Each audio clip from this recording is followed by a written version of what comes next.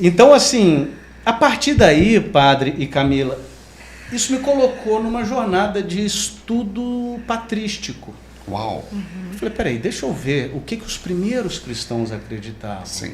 O que Santo Irineu de Lyon acreditava? O que Santo Inácio de Antioquia acreditava? Santo Inácio de Antioquia, né, foi discípulo de São João. Isso. Santo Irineu de Lyon foi discípulo de Policarpo, que foi discípulo de São João. Então a gente está falando de uma geração muito próxima dos apóstolos. São Justino Marte, todos santos do 2º século, fonte muito primária.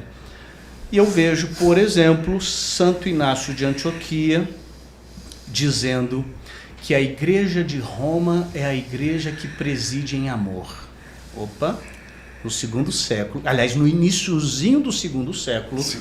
Santo Inácio de Antioquia dizendo que a Igreja de Roma preside as demais. Olha aí o primado de Roma. E nós começamos o podcast no dia que Santo Inácio de Antioquia, que foi terça passada. Olha, é mesmo. E tínhamos aqui o nosso bispo diocesano. E Santo Inácio dizia, onde está o bispo, está a igreja. Está a igreja, exato. E nós partilhamos isso com o nosso bispo. E eu era de uma igreja presbiteriana que não tem bispos, só tem presbíteros, por isso o nome presbiteriana, só tem presbíteros, não tem bispos. Eu não sabia. A igreja presbiteriana não tem bispos, daí o nome, presbiteriano. Olha só. Né? Então o Santo Inácio de Antioquia também dizia, não tenho fome de pão mundano, tenho fome apenas do pão do céu, que é a carne do nosso Senhor Jesus Cristo. Opa, no iniciozinho do 2º século, a crença na presença real de Cristo na Eucaristia é nítida, é cristalina. São Justino Mártir, descrevendo a estrutura da missa no 2º século, é a mesma de hoje. Uau, e que lindo. Quem me laçou foi Santo Irineu de Lyon, quando ele desenvolve a teologia da segunda Eva. Assim como Eva foi enganada e seduzida por um anjo e trouxe condenação ao mundo, Maria foi persuadida por um anjo, né, o anjo Gabriel, e trouxe salvação ao mundo. De modo que, assim como Eva é mãe da humanidade caída, Maria é mãe da humanidade redimida. Salve Maria. Santo Irineu de Lyon, no século II, disse isso. E eu lendo isso, eu falava, gente, não é possível. Eu não conhecia essas coisas.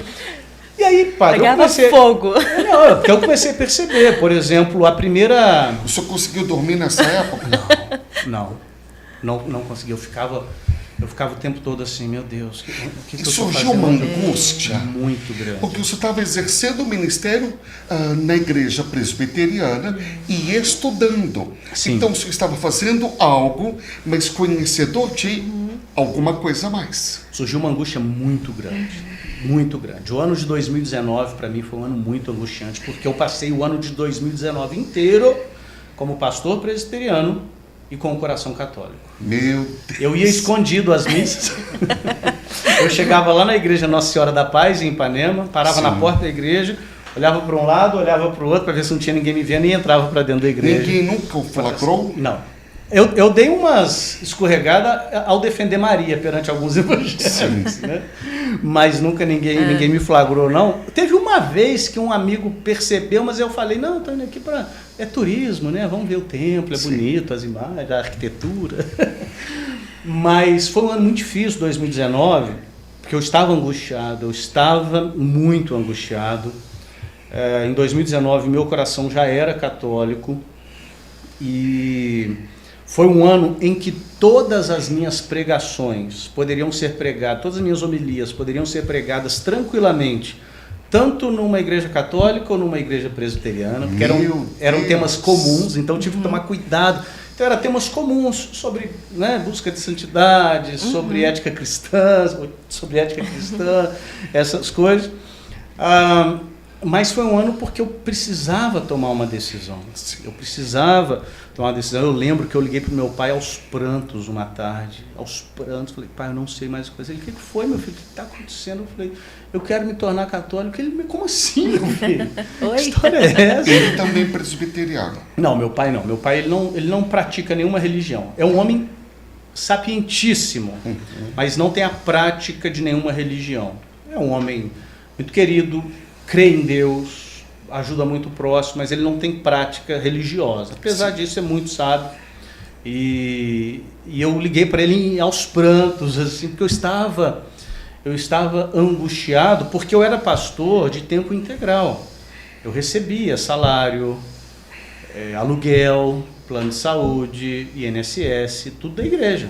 Ele estava correndo um grave risco Sim. de ficar com uma mão na frente e outra atrás. Sim, exato. E eu lembro que eu estava conversando com o meu primeiro diretor espiritual foi Dom Antônio Augusto Dias Duarte, bispo auxiliar lá do Rio de Janeiro. Sim.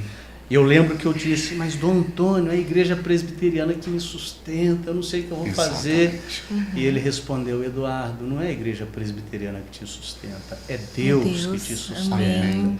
E o mesmo Deus que te sustentou até aqui, continuará te sustentando a partir daqui. Eu lembro Glória dessa a palavra Jesus. dele assim,